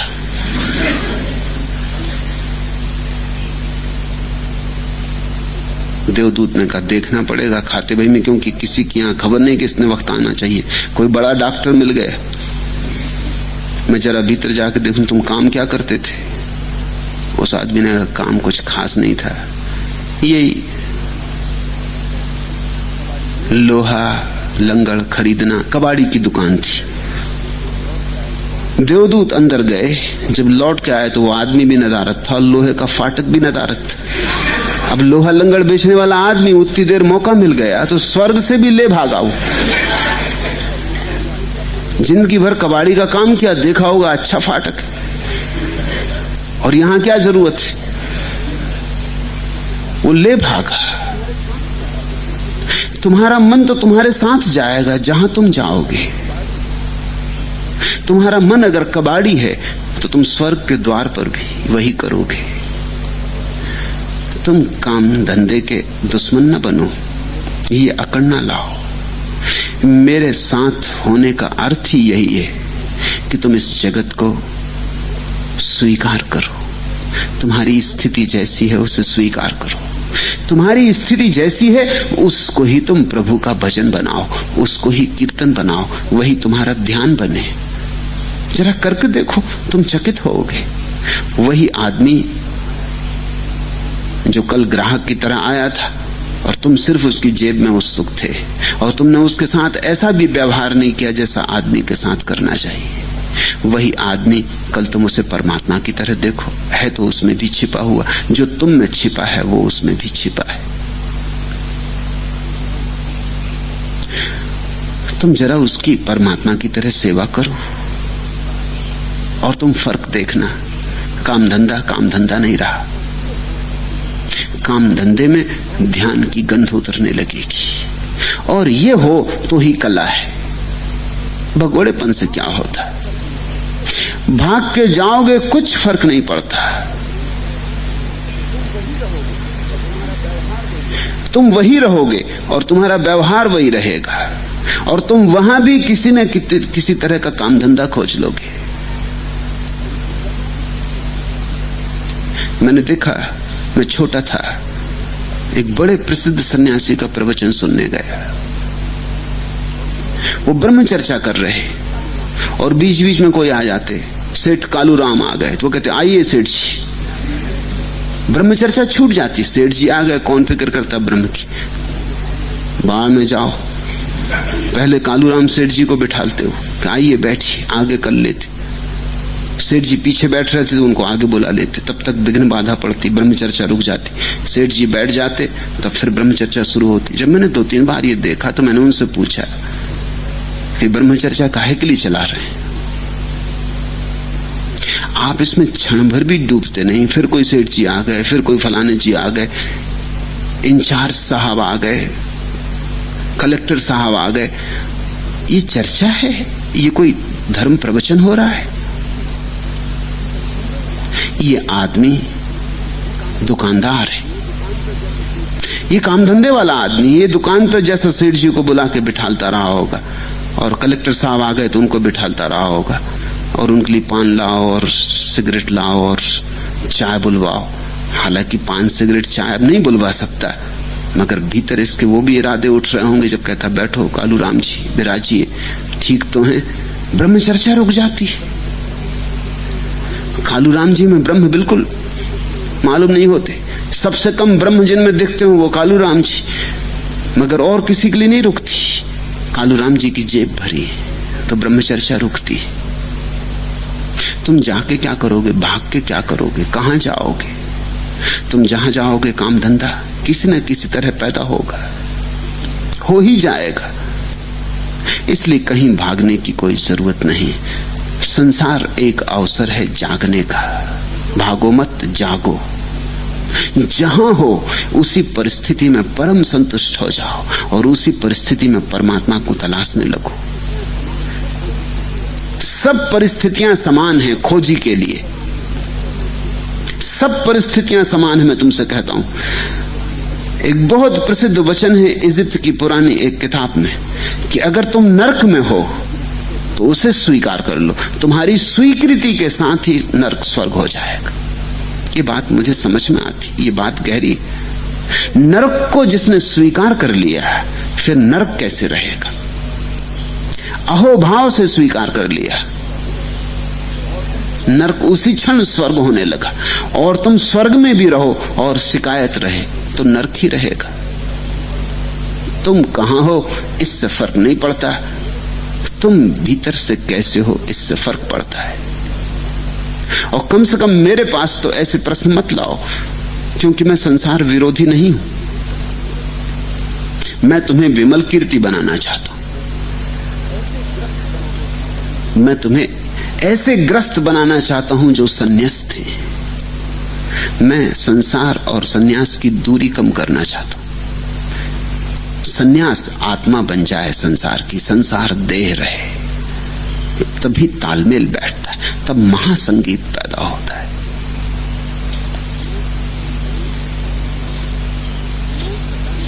चौथा प्रश्न, मैं सदा नए की खोज में लगा रहता हूं। कुछ भी नया हो तो मुझे भाता है, इसमें कुछ भूल तो नहीं? भूल तो निश्चित है, कुछ नहीं, बड़ी भूल है। क्योंकि यही तो मन के जीने का ढंग है। मन सदा नए की तलाश करता है, मन नए के लिए खुजलाहट है। पुरानी पत्नी नहीं भाती, नई पत्नी चाहिए। पुराना मकान नहीं भाता, नया मकान चाहिए। पुराने कपड़े नहीं भाते, नए कपड़े चाहिए। हमेशा नया चाहिए। यही तो मन है जो दौड़ाता है। नए की इस आकांक्षा से महत्वाकांक्षा पैदा होती और तुम सदा बेचैन रहते हो। आखिर हर नई चीज पुरानी पड़ जाएगी और बेचैनी बढ़ती ही चली जाएगी। पश्चिम में इतनी बेचैनी है क्योंकि नई की बहुत पागल दौड़ है। हर चीज नई होनी चाहिए। उपयोगिता का भी सवाल नहीं है, नए का सवाल है। हो सकता है पुरानी चीज ज्यादा बेहतर हो, ज्यादा मजबूत हो, ज्यादा काम की हो, लेकिन इससे कोई संबंध नहीं। नई चीज चाहिए। नई बदतर हो तो भी चलेगा, टीमटाम हो तो भी चलेगा, मगर नई चाहिए।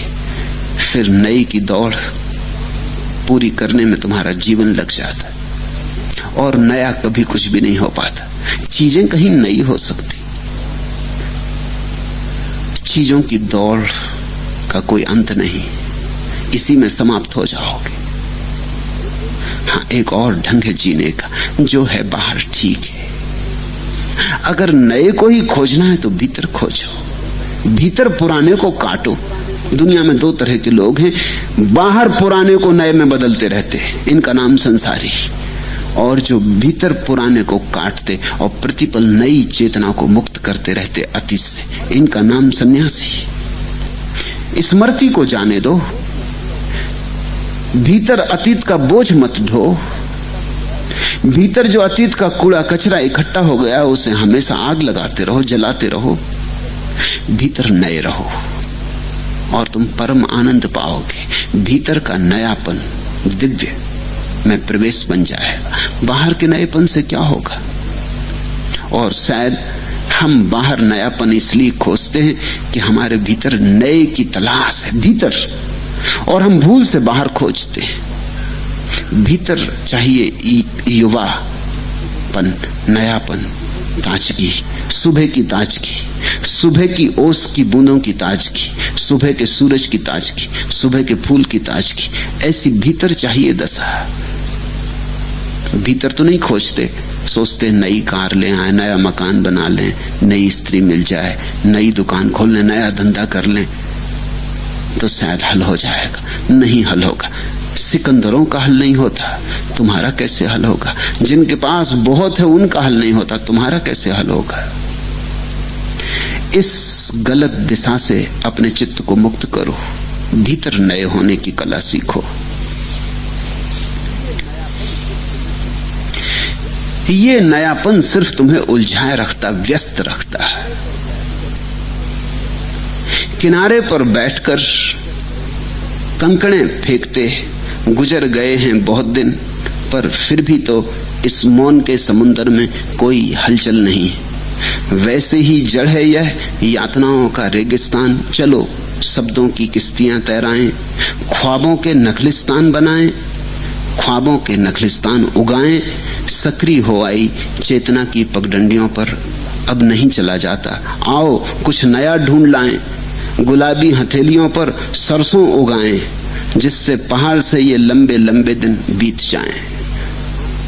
कुछ न कुछ करते रहो, चलो हाथ पर सरसों उगाएं, कुछ न कुछ करते रहो। देखा तुमने, नदी के किनारे बैठ जाते हो तो उठा उठा के पत्थर ही फेंकने लगते नदी में। कुछ न कुछ करते रहो। घर में आते हो तो खटर पटर करते हो, ये चीज यहां रख दो, ये चीज वहां रख दो, खिड़की खोलो बंद करो। कुछ ना कुछ करते रहो। क्यों? क्योंकि जब खाली हो जाते हो तब घबराहट लगती। खाली होने का रस तुम्हें नहीं, खाली होने का मजा तुम्हें नहीं, खाली होने का उत्सव तुमने नहीं जाना। जब खाली हो जाते तो भय लगता, कपने लगते, उलझाए रहो, भूले रहो तो अपने को विस्मृत किए रहते। ये उलझाव एक तरह की शराब है। शराबी क्या करता है? यही करता जो तुम कर रहे हो। शराबी यही करता कि शराब पी के अपने को भुला लेता। तुम और ढंग से बुलाते हो। अंग्रेजी में अल्कोहलिक के मुकाबले एक शब्द और अभी अभी निर्मित हो गया, वर्कोहलिक।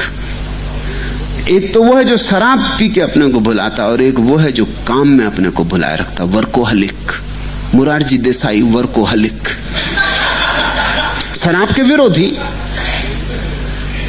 शराब के दुश्मन। शराब जानी चाहिए, मगर उनको ख्याल नहीं कि शराबी भी वही कर रहा है। तुम राजनीति में उलझ के वही कर लेते हो, अपने को उलझाए हो, लगाए हो, भागे जा रहे हैं, दौड़े जा रहे हैं, कोल्हू के बैल की तरह जुते।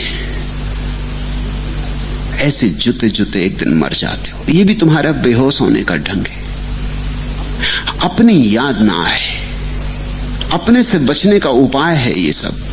ये नए की खोज अपने से बचने का उपाय है, और अपना साक्षात्कार करना है, अपने से बचना नहीं।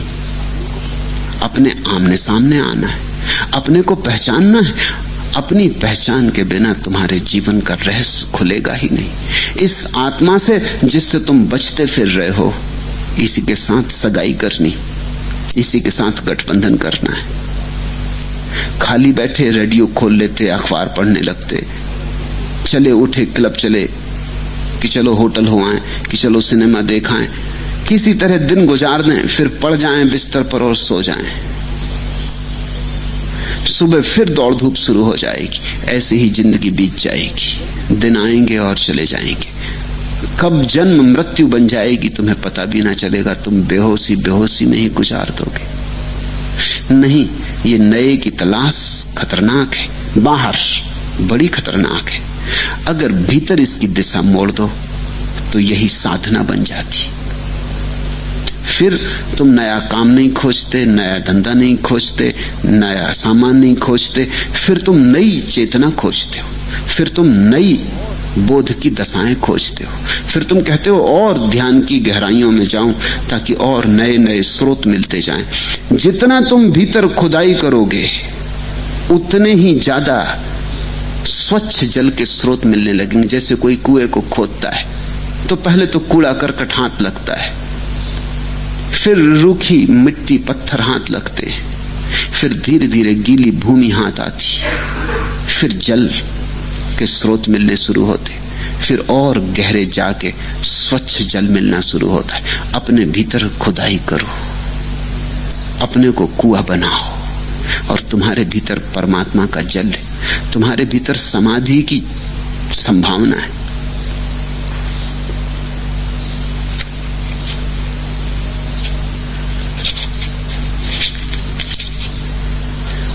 छठवां प्रश्न, भगवान प्रातः प्रवचन स्थल पर आप पधारते हैं तो बड़ी देर तक हाथ जोड़े प्रणाम की मुद्रा में आपको देखकर मुझे बड़ी पीड़ा होती।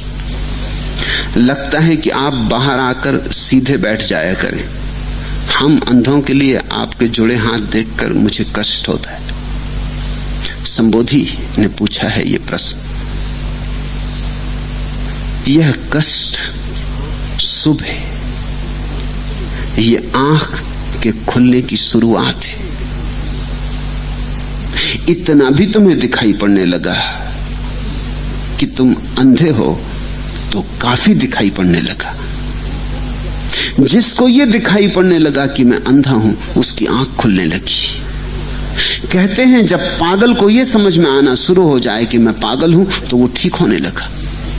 पागल को समझ में आता ही नहीं कि मैं पागल हूं। तुम किसी पागल को पागल कहो, वो तुम्हें पागल सिद्ध करेगा। वो कहेगा मैं और पागल, तुम पागल हो। मुझे जो पागल कहता है वो पागल है। पागल अपने को पागल नहीं मानता। पागलपन में इतनी बुद्धिमत्ता हो भी कैसे सकती कि अपने को पागल मान ले। जिस दिन पागल मानने लगता है कि मैं पागल हूं, बुद्धिमत्ता की पहली किरण उतरी।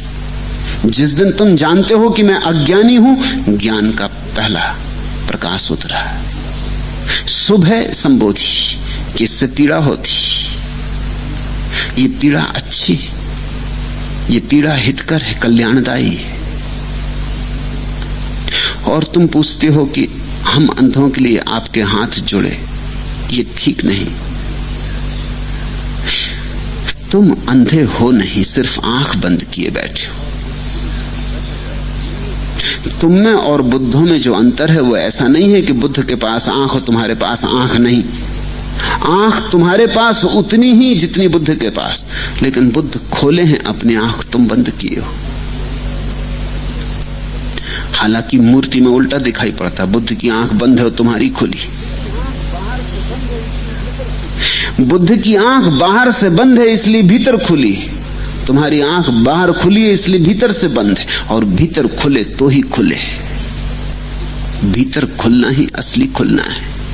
तुम अपने को देखने लगो तो आंख वाले हुए। तुम देख तो रहे हो, औरों को देख रहे हो, अपने को नहीं देख रहे। जिस दिन अपने को देखने लगोगे उसी दिन आंख खुल गई। तुम अंधे नहीं हो। अंधे का तो मतलब यह होता है आंख खुली नहीं सकती। अंधे का तो मतलब होता आंख है ही नहीं, तो खुलेगी कैसे? मान लेना कहीं ये मन की तरकीब ना बन जाए, मन ये कहने लगे कि तुम तो अंधे हो, ये हो ही नहीं सकता, बात खत्म हो गई, तो जैसे जी रहे हो जिए जाओ। नहीं, तुम अंधे नहीं हो, सिर्फ तुम्हारी आंख गलत तरफ खुली है इसलिए ठीक तरफ बंद है। तुम्हारी दिशा भ्रांत है। ठीक दिशा में चैतन्य बहने लगे, तुम भी आंख वाले हो जाओगे, उतने ही जितने बुद्ध थे। एक दिन बुद्ध भी ऐसे ही अंधे थे जैसे तुम हो, फिर एक दिन आंख वाले बने। तुम भी एक दिन आंख वाले बन सकते हो। तुम जैसे हो ऐसा ही मैं था, तो मैं जैसा हूं ऐसे ही तुम भी हो सकते हो। जरा भी भेद नहीं है। इसी सम्मा को हाथ जोड़ रहा हूं, हाथ जोड़ के तुम्हें कह रहा हूं बुद्ध तुम्हारे भीतर विराजमान है, तुम जरा उनकी सुध लो। हाथ जोड़ के तुम्हें इशारा कर रहा हूं कि तुम अपने को उतना ही मत मान लो जितना तुमने अपने को जाना है। तुम बहुत बड़े हो, तुम विराट हो, तुम्हारे भीतर अनंत छिपा है। तत्वमसि, वह जिसकी तुम खोज कर रहे तुम्हारे भीतर बैठा। तुम मंदिर हो, प्रभु के मंदिर। तुम्हें पता नहीं है ये और बात, लेकिन तुम जमीन पे बैठे हो, वहां खजाना गड़ा है। एक गांव में ऐसा हुआ, एक भिखारी मरा, 30 साल एक ही जगह बैठ के। तो पड़ोस के लोगों ने सोचा कि इसके सब चीथड़े जला दो, इसके सब बर्तन फोड़ के फेंक दो, कुछ खास थे भी नहीं। और फिर किसी को ख्याल आया कि 30 साल से ये भिखारी इस जमीन को गंदा करता रहा, थोड़ी सी जमीन भी यहाँ की उखाड़ के नई जमीन डाल दो। ये अशुद्ध कर गया, बुरी तरह अशुद्ध कर गया, गंदा था। उन्होंने जमीन थोड़ी सी खोदी, चकित हो गए, उस जमीन में तो हंडे गड़े थे, वहां तो बड़ा खजाना था। और सारा गांव सोच सोच के हंसने लगा कि हद हो गई, ये भिखारी भीख मांगता रहा जिंदगी भर, और जिस जमीन पे बैठा था वहां इतना खजाना था कि ये सम्राट हो जाता। गांव भर हंसा भिखारी पर, लेकिन एक फकीर उस गांव में था, वो पूरे गांव वालों पर हंसा। उसने कहा कि पागल, तुम उस भिखारी की बात कर रहे, यही हालत तुम्हारी, तुम भी जहां बैठे हो वहां खजाना गड़ा है, तुम सम्राट हो सकते। लेकिन कोई उसकी बात समझा हो ऐसा दिखाई नहीं पड़ता। लोग हंसे होंगे कि ये एक और पागल देखो, या होगा कुछ लोग उसकी बात समझे भी होंगे तो घर जाकर उन्होंने थोड़ी जमीन खोद के देखी होगी, फिर खजाना नहीं मिला होगा, उन्होंने कहा कहां पागल की बातों में पड़े हो, कहीं ऐसा सभी जगह थोड़ी खजाना गड़ा है, वो तो संयोग की बात थी। मगर फकीर तुम्हारे भीतर की तरफ इशारा कर रहा था। सब फकीरों के इशारे तुम्हारे भीतर की तरफ, उनके सबके तीर तुम्हारे भीतर की तरफ। किसी से पूछो एक ही रास्ता बताते हैं, भीतर जाओ, अपने में आओ, बाहर भटकती आंख को जरा भीतर मोड़ो। यही आंख जो अभी संसार देख रही है, यही आंख जो अभी पदार्थ को देखती, यही आंख परमात्मा को देख लेगी। आंख तो यही है, सिर्फ इस आंख को परमात्मा की तरफ लगाना है। उस लगाने का नाम ध्यान है। तुम्हारे हाथ जोड़ता हूं ताकि तुम्हें याद आ जाए, ताकि तुम्हें भूल ना जाए, तुम्हें याद बनी ही रहे, रोज रोज याद आ जाए कि तुम्हारे भीतर कोई परम आराध्य बैठा है। यही याद सघन होगी तो तुम बदलोगे, रूपांतरित होगे। तुम्हारे भीतर क्रांति इसी याद की सघनता से हो सकती। अंतिम प्रश्न, मैं आपका संदेश लोगों तक पहुंचाना चाहता हूं, लेकिन मेरी सामर्थ्य अति अल्प है, फिर लोगों के विरोध से भी डरता हूं। मेरे लिए कोई आदेश तो मैं कोई भी नहीं देता, क्योंकि आदेश का मतलब तो होता है मैं तुम्हारे जीवन का नियंता हो गया। आदेश का तो अर्थ होता है मैं तुम्हारा मालिक हो गया। आदेश का तो अर्थ होता है तुम मेरे गुलाम हो गए। आदेश का तो अर्थ होता है मैंने तुम्हारी स्वतंत्रता छीन ली। मैं तुम्हें स्वतंत्रता देता हूं, आदेश नहीं। मैं तुम्हें समझ देता हूं जरूर, मैं तुम्हें अपनी आंखें भी देने को तैयार हूं ताकि तुम उनसे थोड़ी देर देख सको, और उस देखने से तुम अपनी आंखों की याद से भर जाओ। इसलिए तुमसे बोलता हूं। ये बोलने में आदेश नहीं है, यही उपदेश और आदेश का फर्क है। जैन परंपरा में ये वचन है कि तीर्थंकर आदेश नहीं देते, सिर्फ उपदेश देते। क्या फर्क है दोनों में? आदेश का मतलब होता है ऐसा करना ही पड़ेगा, ऐसा करो, नहीं करोगे तो दंडभागी हो जाओगे। उपदेश का अर्थ होता है ऐसा करना शुभ है, करो तो शुभ होगा, नहीं करोगे तो शुभ से चूकोगे, लेकिन कोई जोर जबरदस्ती नहीं है। उपदेश का अर्थ है ऐसा है, देखो। आदेश का अर्थ है देखने वेखने की जरूरत नहीं, ऐसा करो। आदेश में करने पे जोर होता है, उपदेश में देखने पे जोर होता है। उपदेश सिर्फ दर्शन की प्रक्रिया है, और आदेश में तुम्हारी चिंता नहीं है कि तुम्हें दिखाई पड़ता है कि नहीं दिखाई पड़ता। नीति आदेश देती, धर्म उपदेश है। नीति कहती चोरी मत करो, दान करो। धर्म ये नहीं कहता कि चोरी मत करो, दान करो। धर्म कहता है देखो, समझो, उसी समझ में चोरी चली जाएगी और दान फलित होगा, और दान का अहंकार भी नहीं आएगा, और मैं चोरी नहीं करता इसलिए कुछ विशिष्ट हूं ऐसी अकड़ भी नहीं आएगी। धर्म आंखें खोलने की का बात, में कोई आदेश नहीं देता। दूसरी बात, तुम पूछते हो आपका संदेश लोगों तक पहुंचाना चाहता हूं। ये संदेश खतरनाक है। इसे पहुंचाने में झंझट तो आएगी, अड़चन तो आएगी, विरोध तो होगा। इसलिए अगर तुम विरोध से डरते हो तो भूल जाओ ये बात। लेकिन विरोध से डरना क्या? विरोध चुनौती है, और चुनौती में आदमी के प्राण उज्जवल होते हैं, निखार आता है। जीवन में चुनौती नहीं है तुम मुर्दा और नपुंसक रह जाओगे। चुनौती को चूको ही मत। जहां चुनौती आती हो उसको झेलो।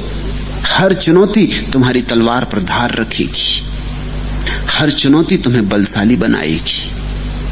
ऐसा हुआ एक बार, एक किसान भगवान की प्रार्थना करते करते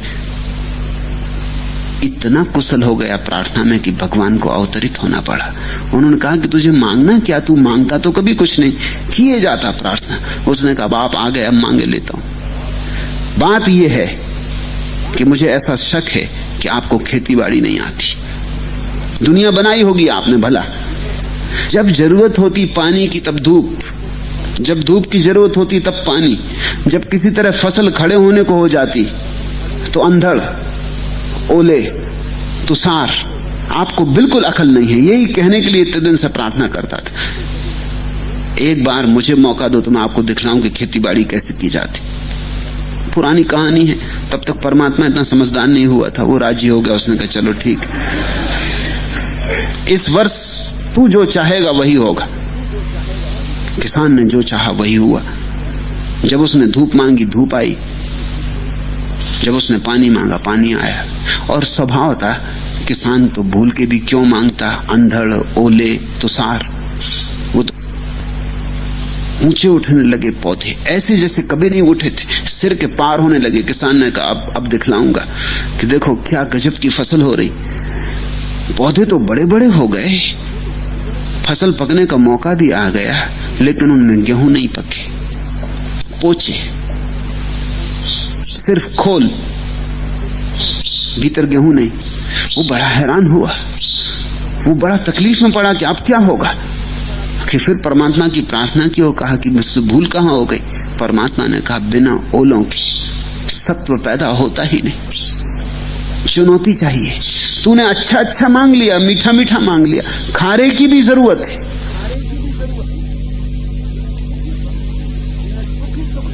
तूने सुख ही सुख मांग लिया, दुख की भी जरूरत है। दर्द निखारता है। तूने अच्छा अच्छा मांग लिया, खूब पानी मांगा, धूप मांगी, ये सब किया, लेकिन तूने संघर्ष का मौका ही नहीं दिया पौधों को। इसलिए संघर्ष नहीं था तो पौधों की जड़ें मजबूत नहीं हुई। पौधे ऊपर तो उठ गए लेकिन नीचे कमजोर है। जरा जड़ें तो उखाड़ के देखा तो जड़ें बड़ी छोटी छोटी। तो भूमि से सत्व नहीं मिला। जब पौधों को अंधड़ झेलना पड़ता है, खतरा लेना पड़ता है, तो दाएं तरफ झुकाती हो तो बाएं तरफ वृक्ष की जड़ें ज्यादा मजबूत हो जाती, क्योंकि उस तरफ उसको जमीन को जोर से पकड़ना होता, नहीं तो गिर जाएगा। उतनी ही गहरे जड़ें चली जाती। तुमने देखा अफ्रीका में वृक्ष बड़े ऊंचे जाते, जाना पड़ता है क्योंकि चारों तरफ घना जंगल है। अगर ऊंचे न जाए तो सूरज की रोशनी न मिलेगी, इसलिए अफ्रीकन वृक्ष ऊंचा होता है। उसी को यहां ले आओ, वो नीचा हो जाता है। यहां उतना ऊंचा जाने की कोई जरूरत नहीं। संघर्ष परमात्मा ने कहा उस किसान को अत्यंत जरूरी, नहीं तो संकल्प पैदा नहीं होता, और संकल्प पैदा ना हो तो समर्पण तो कभी पैदा होगा ही नहीं। चुनौती चाहिए। तुम कहते हो क्या कोई छीन लेगा, है क्या हमारे पास जो कोई छीन लेगा? ज्यादा से ज्यादा जिंदगी कोई ले सकता है, लेकिन जिंदगी तो ऐसी ही चली जाएगी। कोई मार ही डालेगा, वो ज्यादा से ज्यादा, कोई मारता करता नहीं। कितने लोग मारे जाते हैं, बहुत थोड़े लोग मारे जाते हैं। लेकिन ज्यादा से ज्यादा समझ लो कोई मार डालेगा तो भी क्या बिगड़ा, क्या खो गया? ये जिंदगी तो जाने ही वाली थी, ढंग से गई।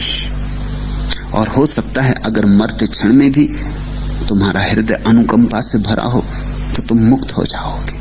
ये मृत्यु मोक्ष बन सकती। लोग पत्थर मारेंगे ना, लोग अपमान करेंगे, लोग प्रतिष्ठा। विमल कीर्ति को देखा, चला गया और डरे। उन्होंने कहा वो विमल कीर्ति कष्ट डालेगा। मंजूश्री चला गया और लोग डरे। मंजूश्री को कुछ डर नहीं था क्योंकि अहंकार नहीं था। ये विरोध का भय भी अहंकार का ही भय है। और तुम कहते हो कि मेरी सामर्थ्य अति अल्प है। सभी की है, जितनी है उसका उपयोग करो तो बढ़ेगी। इस गीत पर ध्यान करना, दीपक गान। अगर आंधियां चल रही तो चलें। किसी ने संजोया मुझे प्यार से, मदिर प्यार से, आज मनुहार से संवारा मुझे जीत और हार से। गिर रही मचलकर सभी दीप पथ के मुझे, चरण राहियों के डगर पर रुके। थके द्रग सभी के मुझी पर झुके। किसी की सरस छाया में मैं पला, रहा जल विगत की मधुरी आशा। अगर बदलियां घिर रही तो घिरे, नहीं डर मुझे आज तूफान से। न तूफान से और न निर्वाण से, न निर्वाण से और न अवसान से। किसी का सुचिर साधना दीप में अकंपित अचंचल जला हादसा। अगर छल रही चिर प्रलय तो छले, जला में जली प्राण की वर्तिका। चले जले चले जल सलभ, जल रही उर्सिखा। मुझे छू हंसी स्वर्ण सी मरने दो क्यों को, आने दो तूफानों को। तुम छोटे दीप ही सही, मिट्टी के दिए ही सही, लेकिन तुमने भी सूरज का प्रकाश है। तुम छोटे से आंगन ही सही, मगर तुमने भी विराट आकाश है। जितनी चुनौतियां होंगी उतने ही तुम बड़े हो जाओगे। आदेश नहीं देता हूं, ये सिर्फ समझ दे रहा हूं। तुम ऐसा करो ही, ऐसा नहीं कह रहा हूं। और ऐसा भूल के भी मत सोचना कि मैंने कहा इसलिए तुम करोगे। वो तो बात बेकार हो गई। मेरे किए, मेरे कहे किया तो किसी काम का ना रहा। तुम्हारे आने